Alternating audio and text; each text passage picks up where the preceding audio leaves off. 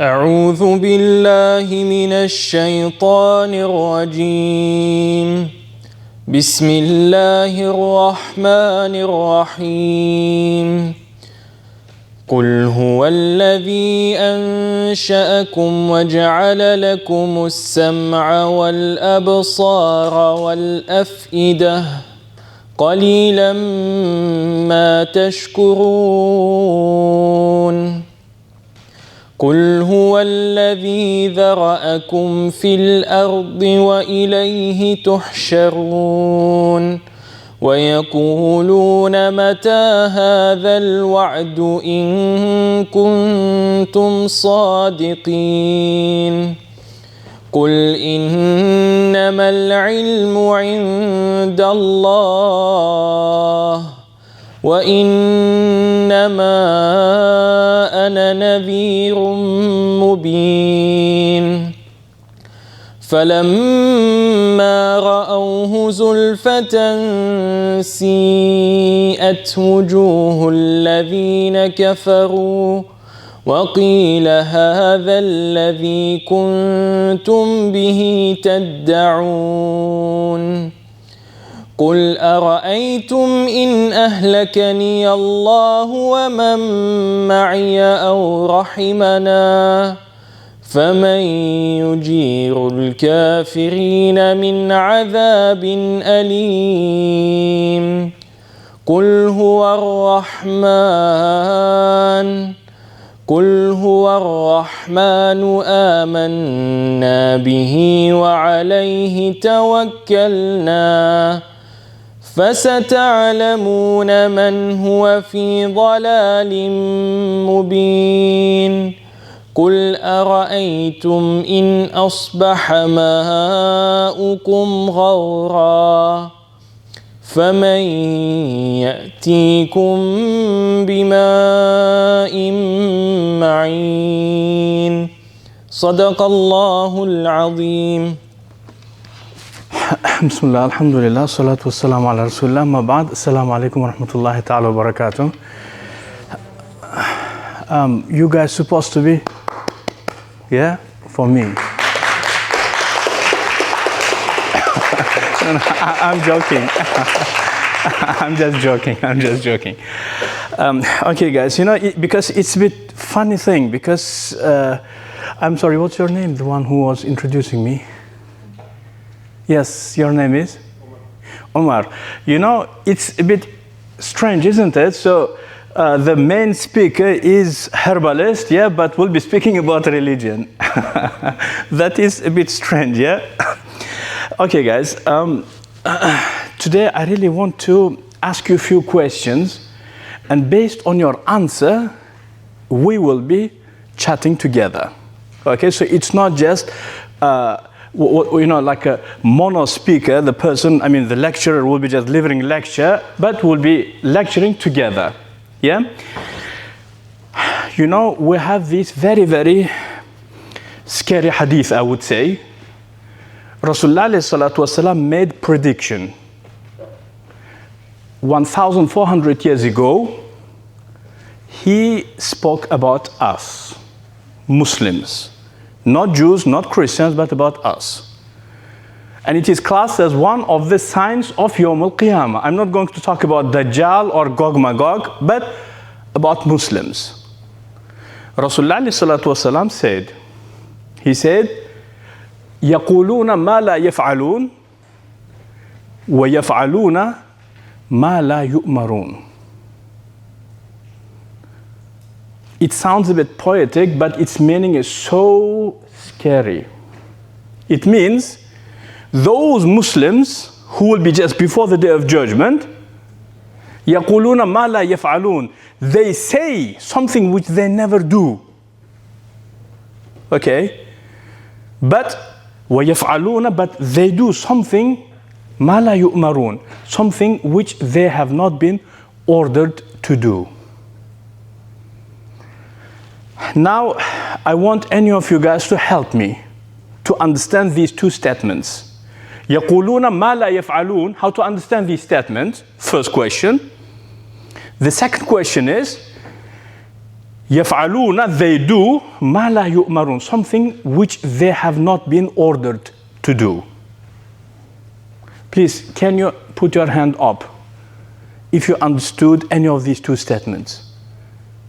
يَقُولُونَ, they say something which they never do. Yes, please.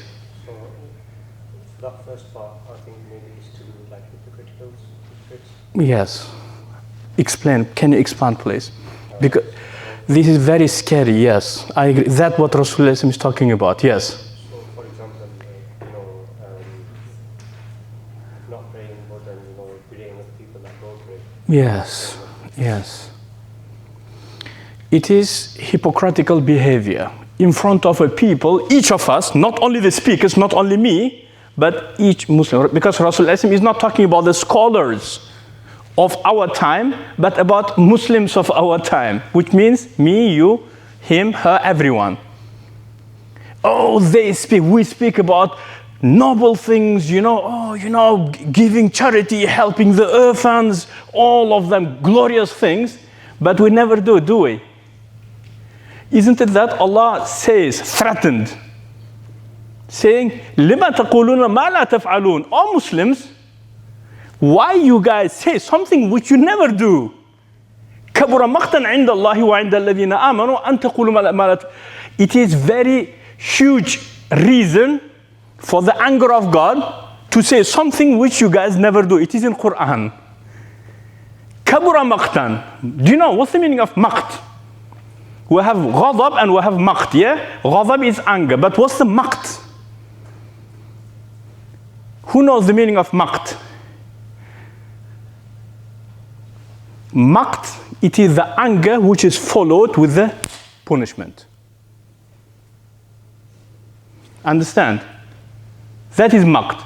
Kabura maqtan. So it is big reason for God to be angry and then to punish. To see some people saying things which they never do. Yeah? So I will come to you saying, do not oppress, because oppression is something which Allah does not love, but I'm oppressing my family, I never smile at my children, so I'm oppressing them. But then I will come to you saying, do not oppress. Allah comments on this behavior saying, this is the big reason, kabura, it's very big reason for maqt of Allah. Understand? So it is the first statement of Rasulullah sallallahu alaihi wasallam. Muslims, just before the Day of Judgment, يَقُولُونَ, they say, مَا لَا يَفْعَلُونَ, something which they never do. Yeah? But what about the second part? The second part is, وَيَفْعَلُونَ, but they practice, مَا لَا يُؤْمَرُونَ. Look, okay, so anyone understood? They do something which they have not been ordered. Yes, please. MashaAllah, beautiful, excellent. Are you a student of knowledge? You have theological mindset. I would advise you to study theology, okay? Okay, anyone else, please? They do something which they have not been ordered. Yes, please. They commit sins.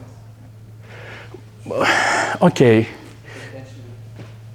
Intentionally. So you mean knowingly or intentionally in terms of expecting a reward? No, as in they know it's wrong. It is, okay, mashallah. That's very beautiful, very strong statement. Thank you. Very strong statement. Anything else, please? So because Rasulullah alayhi salam is connecting the action to the order, so it is referring, this hadith is referring to the acts which assumed to be religion, but Allah did not order that. So committing sins, we all commit sin, okay? Committing, for example, just before coming, maybe I was committing sin. No one knows. But I never expected God to reward me for that one. I knew Allah did not order me. Okay? So means doing something which I expect God to reward, but Allah did not order me to do it. Allah is not responsible. Allah does. So it's the same as you hire me. I'm herbalist. You hire me because you have cancer, headache, migraine. Instead of preparing remedy for the migraine, I will go and I dance for you. Do I deserve payment for my action or not? What do you think? No. Because I did not fulfill your instruction, so I do not deserve reward. So on the same way, if you do something which Allah did not order you, so then in Yawm al-Qiyamah, for you to go to God and say, you have to reward me, does not make sense. He did not instruct you to do what you have been doing for your entire life. Now, we came to the most dangerous part. The first part of the prediction came 100% true. Rasulullah does not lie. Prophets are impossible for them to lie. Theologically, biologically, physically, anatomically, I don't know. Possible for because humans. Theologically, impossible for the prophets to lie. This prediction came true, the first one. But what about the second one? Now, let's try to work out, to understand what we are doing, which Allah did not order us to do. Let's start from the day one. Do I have any new Muslims who were non-Muslims and then came to Islam? Please help me. Put your hand up. Can you tell me this? When you came to Islam, first thing, first, let's say 5 things to become Muslim. What are these 5 things, or let's say 10 things, which you have been advised to do, or you have been taught to do? What are these? First, just to make it easy, 4 things to do. First thing. Okay, I come from a communist country. Okay. And I was ignorant about any religion because Okay. I came from my country. Yeah. And when I moved to Muslim country, and I see how Islam was practicing. So before become Muslim, I wanted to become monk because I was tempted to. So you was religious already, mashallah. And then Beautiful. when I find Islam, I said this is my religion, not the told me before. But I think the first thing was the light in the mosques, and is the serenity in the mosque, is in the light, I mean spiritual light, is because we're not attached to anything. We're attached just to our heart, to whatever we believe without seeing. I think this was the first thing. Okay. Obviously, because you already was inclined towards that spiritual side, so that did drag you, okay, towards that light for which you were looking for. Anyway, but let's talk about the standard way of being Muslim. I will give you one example. It happened in Wakefield. I came to Wakefield in 2006. Do I have terrorists from Wakefield here today? Any of you guys? Yeah? After the lecture, we'll go outside, okay? So it happened in Wakefield. Obviously, it could happen anywhere in the world because we all Muslims, we have the same mindset, you know? If this person wants to become Muslim, so we take him through certain procedure. Am I right? The same procedure is applicable everywhere, regardless if you're Hanafi, Salafi, Muslim, Sufi, Deobandi. So we all follow the same structure. We do not disagree with one another. Okay, so the first thing is we teach this English guy or German guy to pronounce words in Arabic which he does not even understand, and it takes him about a week to prepare that, to pronounce that in front of big audience in the masjid. What is that word? Who knows? Yes. Ashhadu al-shahada, yes, ashhadu al. And this English young man, poor guy, takes about 1 week to memorize. And even after that, when he comes in front of the audience, he cannot pronounce it properly. That's the first step. Am I right? And the second step, what do we do? With this young man, his name is Jack. Was Jack, I don't know. I'm not going to mention the group, okay, in which he accepted Islam, because it would happen with any other group. So after doing that, I don't know how long he spent, so he memorized that Ashhadu Allah thing, and in the masjid, in the Yawm al-Jum'ah, the sham thing, which he does not understand. And then everyone, Allah, he was scared, because Allahu Akbar, after Allahu Akbar, normally some other things happen, isn't it? We see it on YouTube, yeah? So he was scared. So after that, he prayed Jummah, and then he said, okay guys, now I'm very excited. Because he felt that, Robert De Niro, because everyone said, oh, excited audience, yeah? Okay, so he is excited now. What do I have to do next?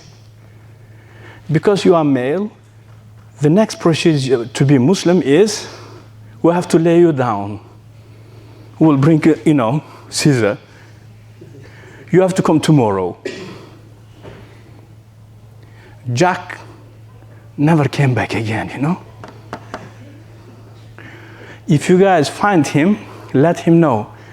Committee members of the masjid, they're looking for him with the scissors, Whenever they find him, they lay him down, Third step is, we teach him how to pray. He will spend about 2 years memorizing Arabic words, yeah? 3 steps. What about the ladies? After that, Ashhadu Allah business, Allahu Akbar business, what do we tell them to do?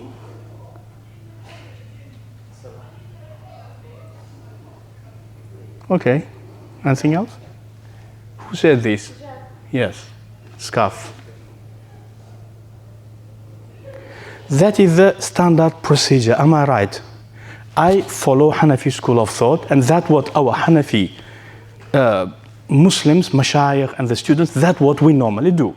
Same thing with our Shafi'i mashayikh, Hanbali mashayikh, and all of the, even Salafi mashayikh, they follow the same procedure. Yes? Now let's try to understand. Rasulullah ﷺ is saying, those people will be doing something which Allah never ordered them to do. The best people to do what Allah ordered them to do is Rasulullah ﷺ and the Muslims in his time, Sahaba. Am I right? For the first 10 years. So when exactly? So let's ask the ladies. The scarf. When it was ordered for the ladies to put on the scarf. Ladies, please. 10 years after. 10 years after what? After becoming Muslim, Prophet, yeah? Okay, anything else? Any other answer? After 10 years after the migration, which means after 20 years or after 23 years after the first revelation to Rasulullah ﷺ. Means our sisters follow the order but opposite way around. Am I right? Okay, but what about this laying down business? When it was ordered? It never was ordered. Find me in Quran some verse which says, find Jack, lay him down. Find some hadith which says, okay, Abu Bakr, come here. Yesterday you become Muslim, come here now. I'm getting the guys from Wakefield. With all due respect to you, Sayyidi. Yes? There is no such a hadith. Salat is the third step after the scarf and after laying Jack down. Third step is Salat. When exactly Salat was ordered? Who knows? It was ordered, according to our belief as Ahlul Sunnah, in the incident of Isra and Mi'raj. Mi'raj, am I right? But when Mi'raj occurred? Before the migration, 1 day before the migration, 1 year before the migration, which is 12 years after the first revelation. Am I right? What Rasulullah ﷺ used to order the Muslims to do for the first 10 years before Salat and for the first 20 years before the scarf. Did Islam exist before 10 years before Salat or not? Or before 20 years before Skaf or not? Yes, if Rasulullah was there, Islam definitely existed. But what they have been ordered to do 10 years before Salat and 20 years before the Skaf, what was that order?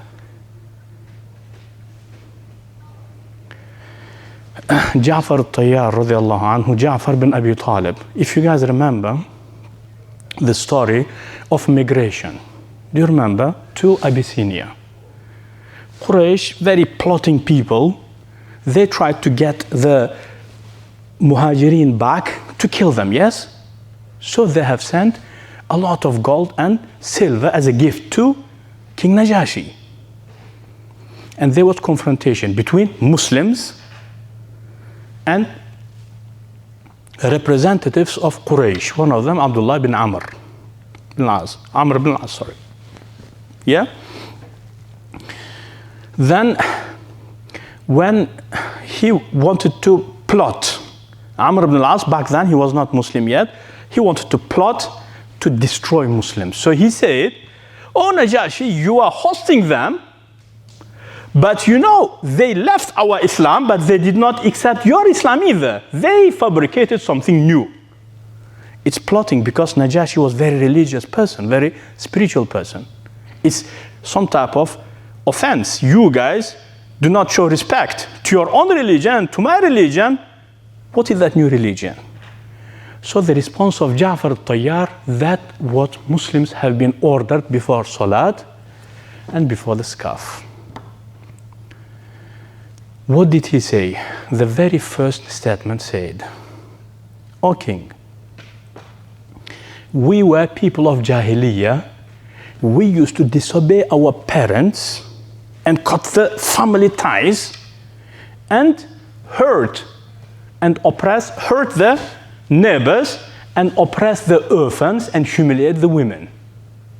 Until Allah sent, so he made a long statement, until Allah sent the messenger who came to teach us,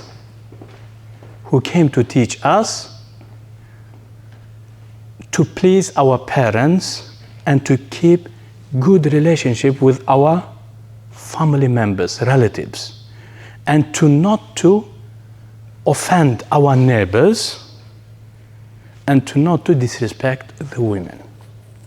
In the issue of inheritance, if you guys remember, it is also mentioned in Quran.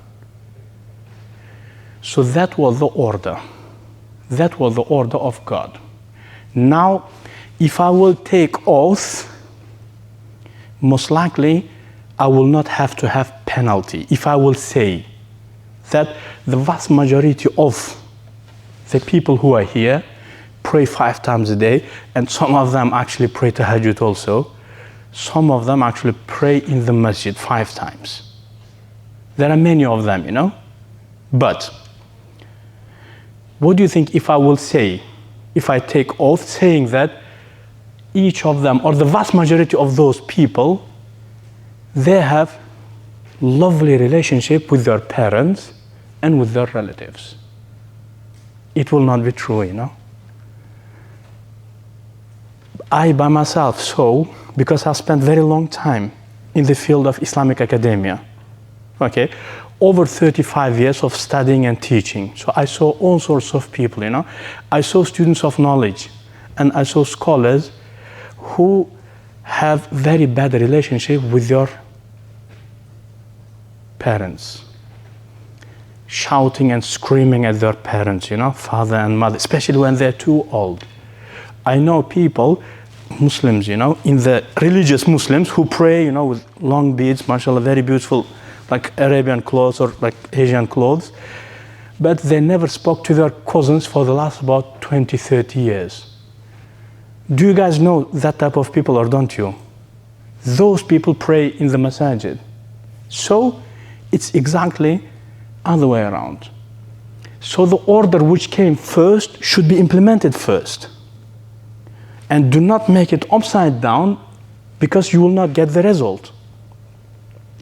For example, because Brother Umar introduced me as herbalist, so according to our medicine, Do you know, we have something called cancer, yeah? So cancer in our medicine is just a blockage. Blockage where black bile is stuck. The waste of black bile is stuck. We, according to our medicine, first give remedy to melt that waste. The second remedy to widen the passage. Third remedy to push it out. If we do other way around, we are going to kill the patient. So first, if we push the waste out, the tough waste will not go out. First, you have to melt him. It should become very thin. Then you have to open the passages. Then you have to push it out. So the formula of treating the cancer will work only if we follow the order correctly. On the same way, religion of God is a cure for the illnesses of individuals and the societies. It will not work if we do it other way around. So the first person, non-Muslim, comes to me saying, what do I have to do? What do I have to do? I will not show him Caesar. First question is going to be, do you have good relationship with your parents or not? So if he says no, so I will say your first compulsion is to please your parents. Next time when your parents will see you, they should smile. He comes back with the scissor. He says, okay, I've done now, do your scissor business. I will say, sorry. The second is, but what about your siblings? Do you speak to them? Are they happy with you? If he says no, I will say, okay, your second compulsion is go and build up good relationship with your brothers, sisters, aunties, uncles, cousins. And another thing I will say, you will definitely go to paradise even if you do not have the Caesar with you. But it's quite doubtful for you to go to paradise if your mother is hurt by you, regardless how much of the thing you will cut off with your Caesar. So, coming back to the hadith, Rasulullah made very scary prediction. He said, the Muslims, just before the Day of Judgment, يَقُولُونَ مَا لَا يَفْعَلُونَ, they will be obsessed with saying things they do not do. وَيَفْعَلُونَ مَا لَا يُؤْمَرُونَ, and they will be obsessed by doing things which they have never been ordered.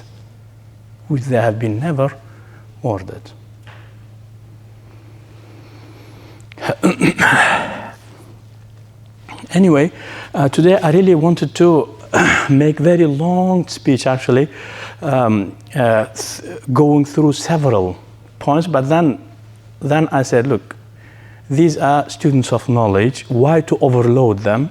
Isn't it just better just to make very short one, but something which will have long effect? So that's why I have just selected this sign of Yawm al-Qiyamah. If any of you guys want to participate or ask question or comment, welcome.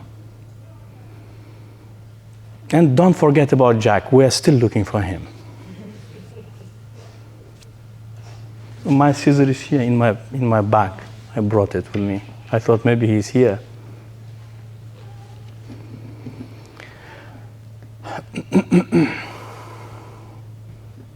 So, our first compulsion is our parents. Obviously, today is too late. So tomorrow, the first thing we are going to do is, if our parents are away, we pick up the mobile phone and we give them a call and we ask them if they are doing well. The same thing about our siblings also. And if some of us are not talking to our relatives, now it is the time to fix the mistake from tomorrow. Look after the orphans.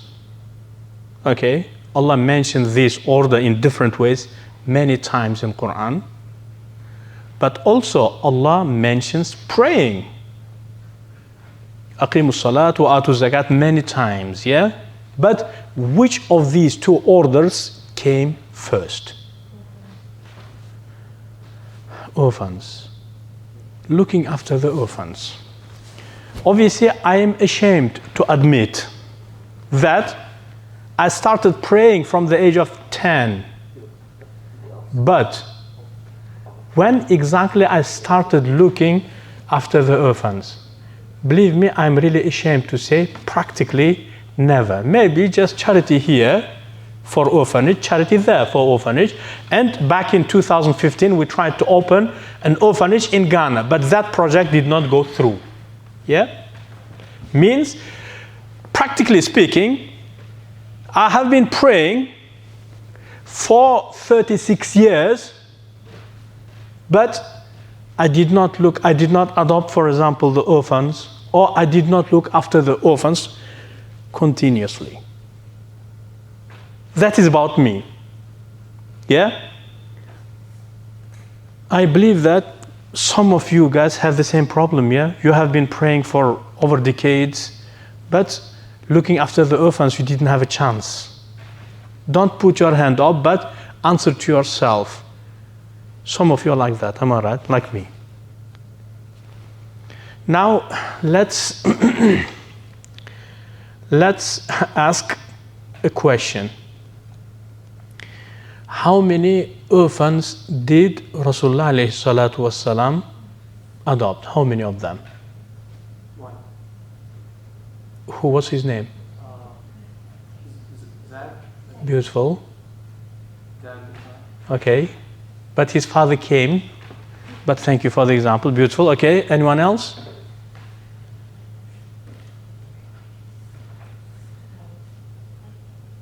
How many?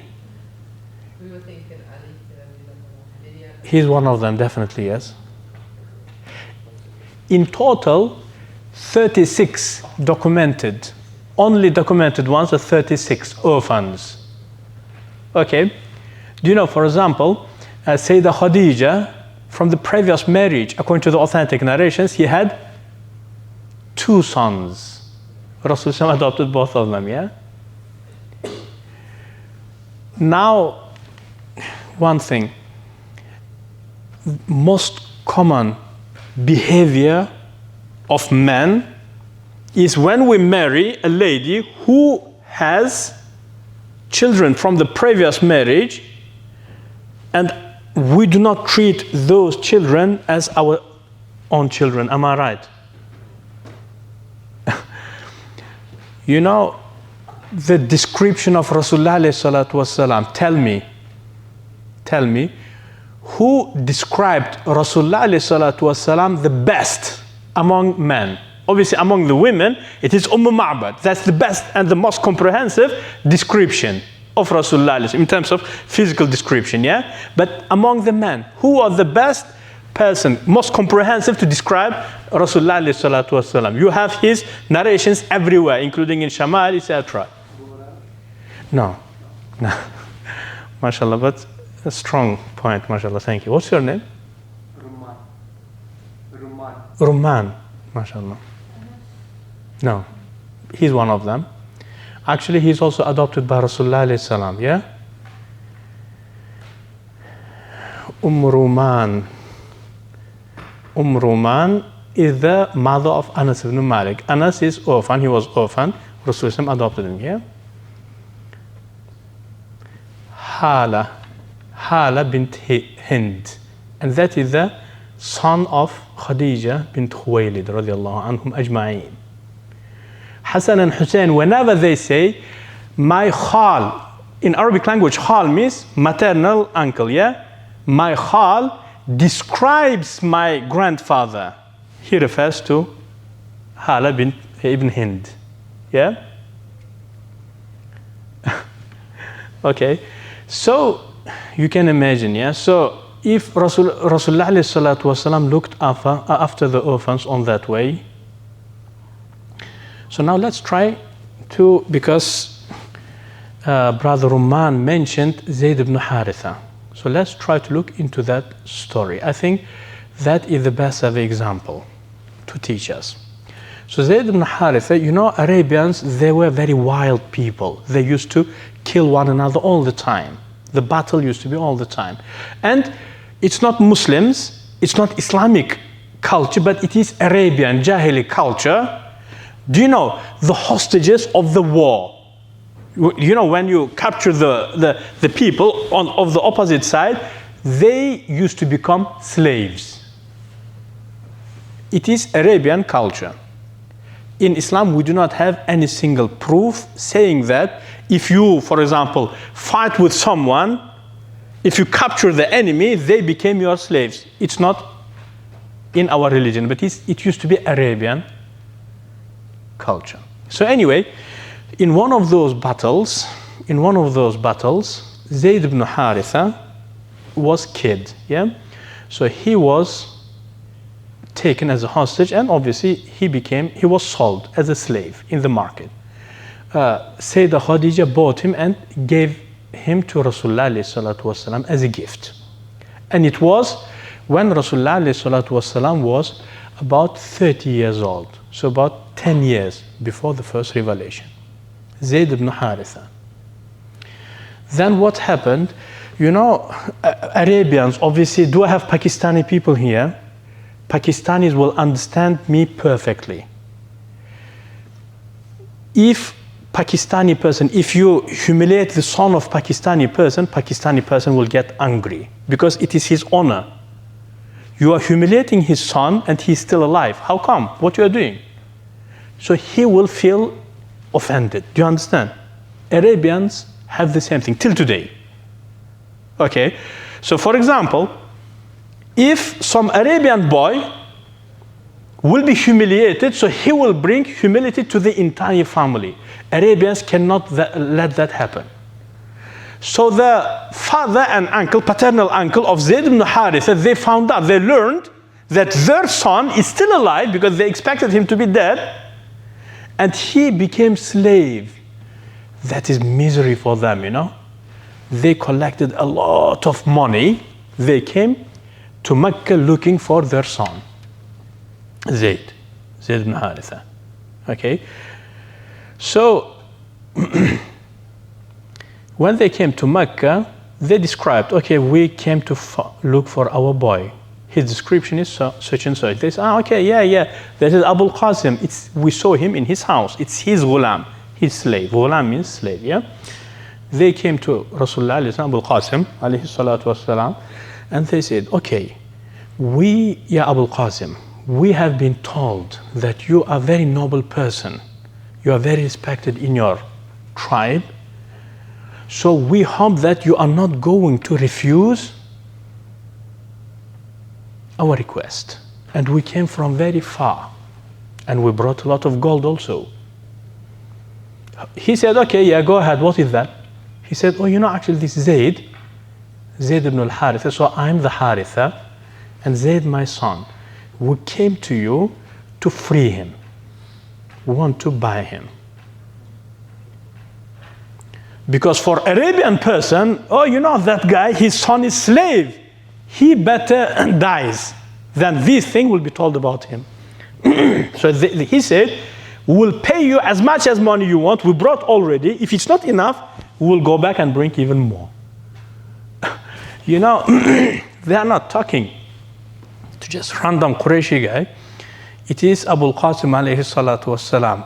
Allah subhanahu wa ta'ala describes him saying, يَكَادُ زَيْتُهُ يُضِيءُ وَلَوْ لَمْ تَمْسَسْهُ نَارٌ. Even the purity of this oil is such that it shines, even if you do not set fire on it. Rasulullah, even before the revelation, he was already shining personality. So he said, when he received the offer, okay, so a lot of gold, okay, and in return, just selling the son back to them, yeah?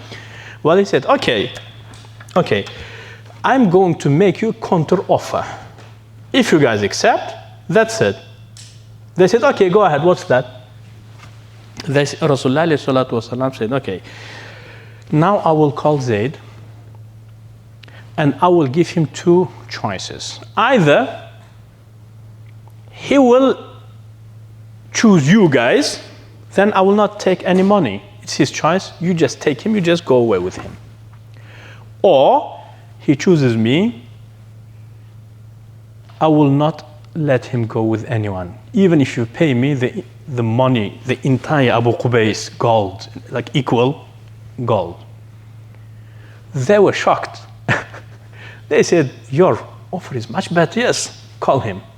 They expected that their son being kept as a slave, as a normal slave. No, but Abu Qasim, it's not that normal person. He's totally different kind of personality. So they said, okay, we're now taking our son back. Rasulullah called him, Zayd ibn al-Haritha, and said, okay, Zayd, do you know those two? Zayd said, yes, he is my father and that is my uncle. And Rasulullah said, okay, but you know me? He said, yes, Ya Abu Qasim, I know you. So then he said, okay, yeah, bring the scissor, bring the scissor. Jack is coming, yeah? So, Rasulullah said, Abu Qasim back then, 30 years old, young man, yeah? He said, they are requesting you to go with them. And so they offered me such and such, but I made them counter offer. They accepted my offer, now you are free to choose them. So you will go with them. I will prepare your luggage and all of your clothes and I will give you a lot of gifts. So just take and go. Or you will choose me, so I will not let you go with anyone, regardless how much they will pay. So look, Zayd ibn al-Haritha said, look, Ya Abu Qasim, after I spent long time with my family, well, with my father, also I spent some time with you also. And after receiving your treatment, I'm not going to change that treatment with anyone else's treatment. So he said, I'm going to choose you, Ya Abu Qasim. You know, I don't want to mention the names of the country. I don't want to be offensive. I have been in some of the very wealthy countries and I have seen the servants, how the citizens of that country treat the servants. It is so miserable, you know. Believe me, in Britain, they treat the pets even more respectfully than those people treat their servants, you know. Not slave, but nearly slave, you know. They bring them from poor countries. They pay them miserable amount of salary, you know. That type of treatment. But Arabians in the Jahiliyyah, they used to give even worse treatment to the slaves than that, you know. Look, what type of treatment you should get as a slave from your master to say, I prefer to be your slave rather than being his son or son of this tribe. In your tribe, you are very respected, you know. Arabians, do you know, they have that, I don't know, what do they call, do you know, like tribal mentality, you know. They stand, you know, they stand for the members of their tribe. Do you know that type of mentality? So you are very respected among your tribe and you are humiliated in other tribe, you know. So, but the treatment of Rasulullah was much more than that. Okay. But then they said, Haritha said, the father of Zayd said, okay, look, Abu Qasim, obviously because we already accepted your offer, now we're not going to change our word, but he is my son and it's not good in front of people that my son is a slave. Okay, well, Rasulullah said, look, and he took Zayd with him to Kaaba and then he said, oh people, everyone knows that I'm Abu Qasim, I'm Muhammad, and everyone knows that he is Zayd ibn al-Haritha. From today on, his name is Zayd bin Muhammad. He is my son and I'm his father. When I die, he will get inheritance from me. And if God forbid, if he dies before me, I receive inheritance from him. So just father and son. For Arabians in Jahili time, to have relationship, you know, to marry off their daughters to Quraysh, that was big thing, you know. But this guy, Haritha, his son became Qurayshi. What type of honor is that, you know? So that is the treatment of our Prophet towards the orphans. And that was even before he started receiving revelation. Before receiving revelation. That is the first episode. The second episode, the second episode is which order came first? Again, yeah. Is it put on your scarves, or is it for Muslims, for men, show respect towards your wives? Which order came first? Unfortunately, show respect, do not humiliate your wives. Ja'far al-Tayyar mentioned that in the first early stage of Islam when he went to Abyssinia. But scarf came after 20 years after that incident. Now let's look into some examples with Rasulullah. Are you guys married, any of you? The little boys, get out. It's just a joke. So, you know, I don't know how is it, but we Asians, obviously I'm from Uzbekistan, and Uzbekistan is Asia, okay? We Asians, we have strange mindset, you know. For some reason, we do not show respect to our wives, not as much. So, for example, Asian Uzbeki person, his friend is more important than his wife. Do you guys have something similar in your culture?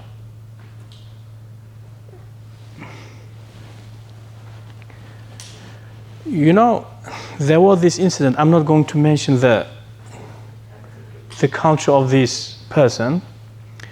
So this person opened a car for his wife. This caused big problem among the relatives. How come? Okay. How come that he opens a door of the car so that his wife can sit, you know? It's one of us in one of the Asian cultures. That's one thing. And for example, in Uzbekistan, when I used to be there, you know, back in time, if husband drives car, wife is not allowed to sit next to him, you know, but she should sit behind. But what about if there is friend? Yes, friend sits next to you. But if it's wife, she has to sit behind you, you know. Another thing, I'm just giving example from my culture, you know. When we walk, if I'm walking with my friend, so then we walk just next to one another and we just chat, you know. But if I'm walking with my wife, as Uzbeki culture, she has to walk behind me, 7 steps behind me. Understand?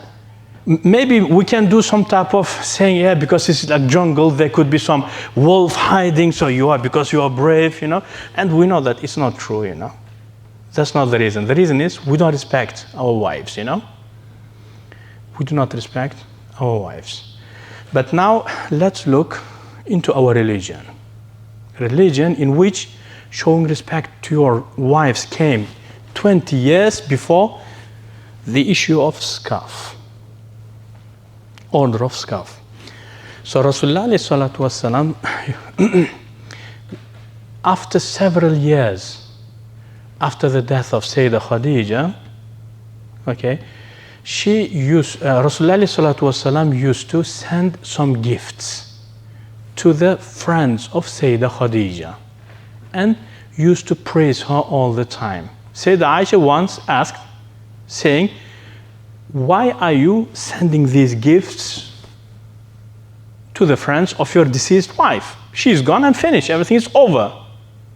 Okay, Rasulullah sallallahu alaihi wasallam said, saving the love is the sign of a belief. Okay, that is very scary. I'm now pronouncing it, but I'm finding it very scary, you know. And also there is another incident. Sayyidah Aisha says, very old lady, Arabian Bedouin lady, used to come to visit Rasulullah sallallahu alaihi wasallam in Medina. Okay, and Rasulullah used to sit down with her and joke, and they used to chat, you know. Very old lady, maybe 80 years old, etc., you know. And then once I asked him, saying, Ya Rasulullah, who is this lady? And how come that you are so happy when she comes and you make joke to her? Rasulullah said, yes, it is a friend of Khadija, and she used to come and visit her. So I want to keep that relationship. Okay, I want to keep that relationship. Another example, during the journey, one of the journeys, okay, obviously we know Sayyidah Safiya, don't we? Sayyidah Safiya is a Jewish lady, yeah? And she was wife of Rasulullah, yeah? And she was very short, okay? If she would be standing, do you know donkey? I'm not talking about mule. You know the donkey? Who knows the difference between mule and donkey? I used to ride donkey. Yes, what's the difference, please? Isn't a mule a cross and a donkey and a horse? Yes, so which one is bigger? A mule. Mule is quite big, you know? So horse is something like that, but mule is just, but donkey is just there, you know? If I ride the donkey, we will be running together. So I will be also running together, you know, because my feet will hit the ground, you know. So we together with the donkey will run, you know. It's very short. So Safiya, just if she would be standing behind the donkey, you would only see her forehead. So she was short, you know. She was quite short lady, okay. And during the journey time, okay, in that trip with Rasulullah sallallahu alaihi wasallam, Rasulullah used to help her to ride the camel. How? He would be just sitting on his knee, and Sayyidah Safiya would step on his thigh and then ride the camel. You know, just coming back to that example in which that young man from Asian culture, he just opened the gate, you know, the door of the car so his wife can sit. It caused big problem in the family, you know. So what would happen if something similar, you know, the example of Rasulullah would happen in that family? They would just slaughter him, you know. How come that you're showing this respect to your wife? Okay. So as we can see, we are slightly distanced from our religion. Praying 5 times a day, it is in Quran, repeated many times. But before that order, looking after the orphans, that order came first, 10 years before that. Till today, I'm not maintaining any orphan. Maybe just occasionally, £5 here, £5, but maintaining like orphanage or one orphan at least, no, I'm not doing that. But I'm praying, you know, I have been praying for over 30 years. Also, we force our women to put on the scarf as soon as they become Muslims, but order of showing respect to your wife came 20 years before the order of putting on scarf. We do not do the first order, but we go for the second one. We go for the second one. You know, sometimes when we read the authentic books explaining our religion, we find ourselves very distanced from our religion, you know.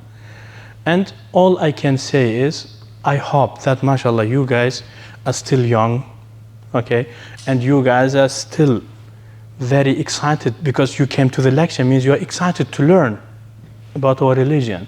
So there is very big hope. But you guys should not stop. You guys should continue learning.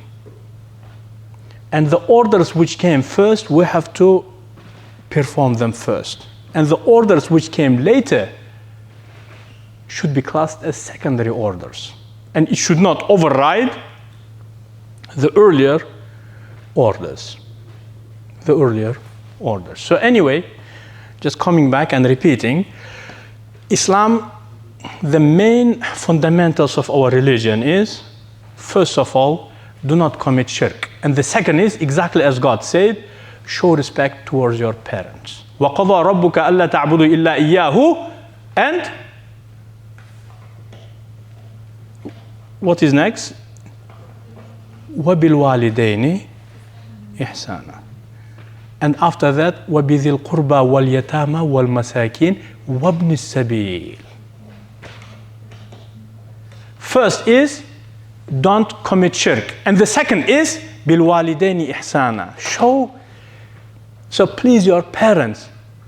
ذِي الْقُرْبَى, the next is ذِي الْقُرْبَى, your relatives. وَالْيَتَامَى, orphans. وَابْنِ السَّبِيلِ, and minorities, immigrants, and refugees and minorities. That is the correct order. That is the correct order. After fulfilling those, you are free to go for the secondary orders. If you dismiss the first one, the question first will be about the first order. Oh, you pray tahajjud after 5 times a day and tahajjud nawafil, etc. So before Allah will ask you about all of your salawat, including the fara'id, Allah is going to ask you all of these questions before that. If you do not pass the test in Yawm al-Qiyamah about the early orders, you should not be hopping about the latest ones, First you have to pay the early one. The second one will be sorted afterward. So parents and relatives, orphans, and strangers. Ibn Sabil, minorities, strangers, and refugees and immigrants. Showing respect toward them. Yes? So that is our religion. Coming back to that prediction which Rasulullah stated about us, so we will do something which we will say things we do not do, and we will do things which we have not been ordered. May Allah forbid. May Allah protect us. May Allah exclude us from this prediction. Okay, but anyway, I'm very, very hopeful because mashallah, you guys are very excited. I can see they're taking notes, etc. So I do hope that inshallah we are going to learn our religion in the correct order and spread this message in the correct order also. If we do other way around, as in the example of cancer, so if we push out the waste before softening the waste, we kill the patient. On the same way, if we first order the women to put on the scarf and order the man to bring their scissors, but about the parents is the secondary, so it will be the society will be very scary place. There will not be any peace in that. And we can see, isn't it, ISIS and all of, there is no peace in there, That is the natural product of implementing Islam upside down. But if we would implement our religion in the same order in which it came, the land of Islam would be peace of paradise. People would dream of living in that type of place.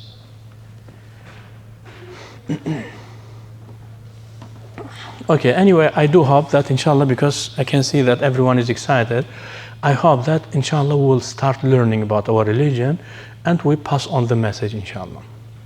Thank you very much. Jazakumullah khairan. I'm ready if you guys have any conversation, any comment, or maybe some discussions. Go ahead, please.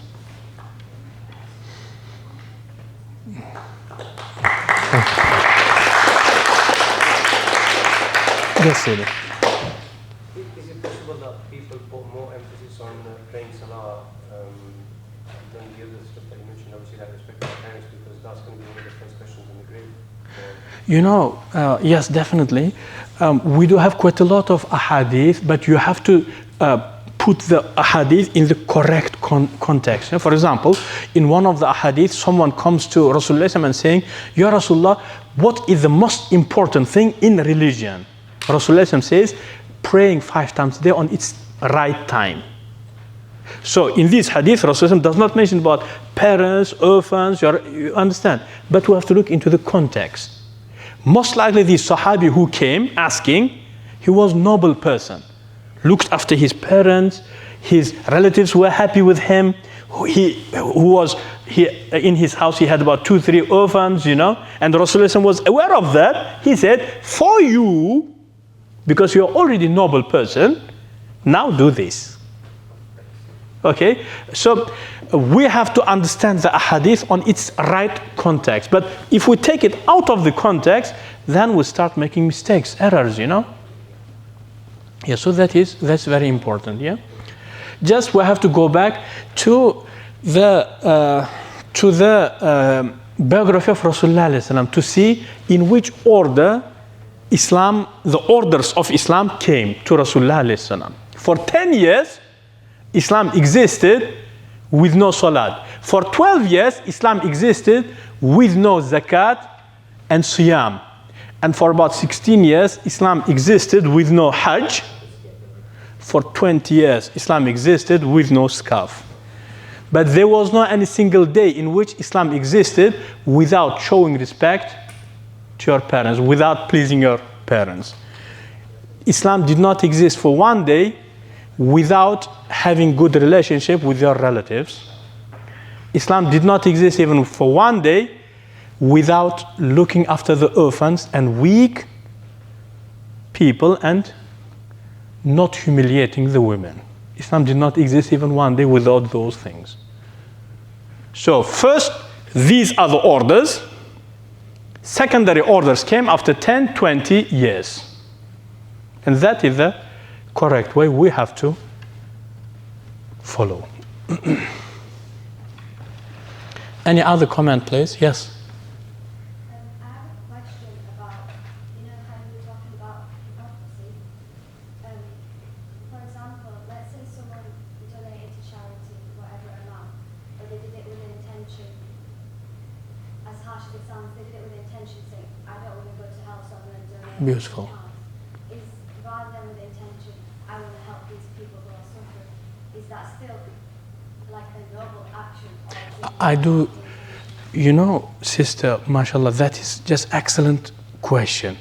I don't want to be sectarian. We do have two schools of thought in Islam, you know, okay, within Ahlul Sunnah wal Jama'ah. The vast majority of Ahlul Sunnah wal Jama'ah, and the second is Hanafi school of thought.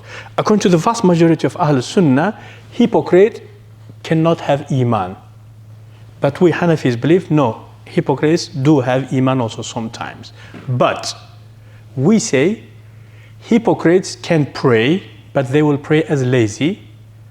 Also we say, but hypocrites never pay charity without intention of showing off. Do you understand that? Did it answer your question? Yeah. So giving charity without intention of showing off, that is proof of your belief. Rasulullah already confirmed that, saying, as-sadaqa burhan. Okay, was-sabru diya. Do you remember that hadith, famous hadith? As-sadaqa, charity, is burhan. It is unavoidable proof. You know the difference between hujjah and burhan? Hujjah is proof. Burhan is unavoidable proof. So Rasulullah says, sadaqah, giving charity, that is burhan. So it's unavoidable proof of your iman. Yeah? Yeah. So, but can hypocrite, even when he's on his own, pray? The vast majority of Ahlul Sunnah wal Jama'ah say no, but we Hanafi say sometimes they can pray. Okay? And so hypocrites can have iman according to our belief. So hypocrisy is not synonymous to the kufr. Kufr is a different thing. Yeah. But giving sadaqah, okay, without showing off, and hypocrisy, those two things never come together. It's the same as iman and kufr never come together. Sadaqah and hypocrisy, them two things never come together. So if sadaqah is not with intention of in front of people, yeah, so in front of you guys, I will say, yeah, this is for orphanage. Hypocrites do that, but without showing, like giving sadaqah, for example, hypocrites never do that. And that sadaqah is proof of your iman, exactly as Rasulullah said, was sadaqah to burhan. MashaAllah, good question, tough question. Well done. Okay, thank you everyone. Jazakumullah khairan. If you guys have no questions, so that's everything from my side.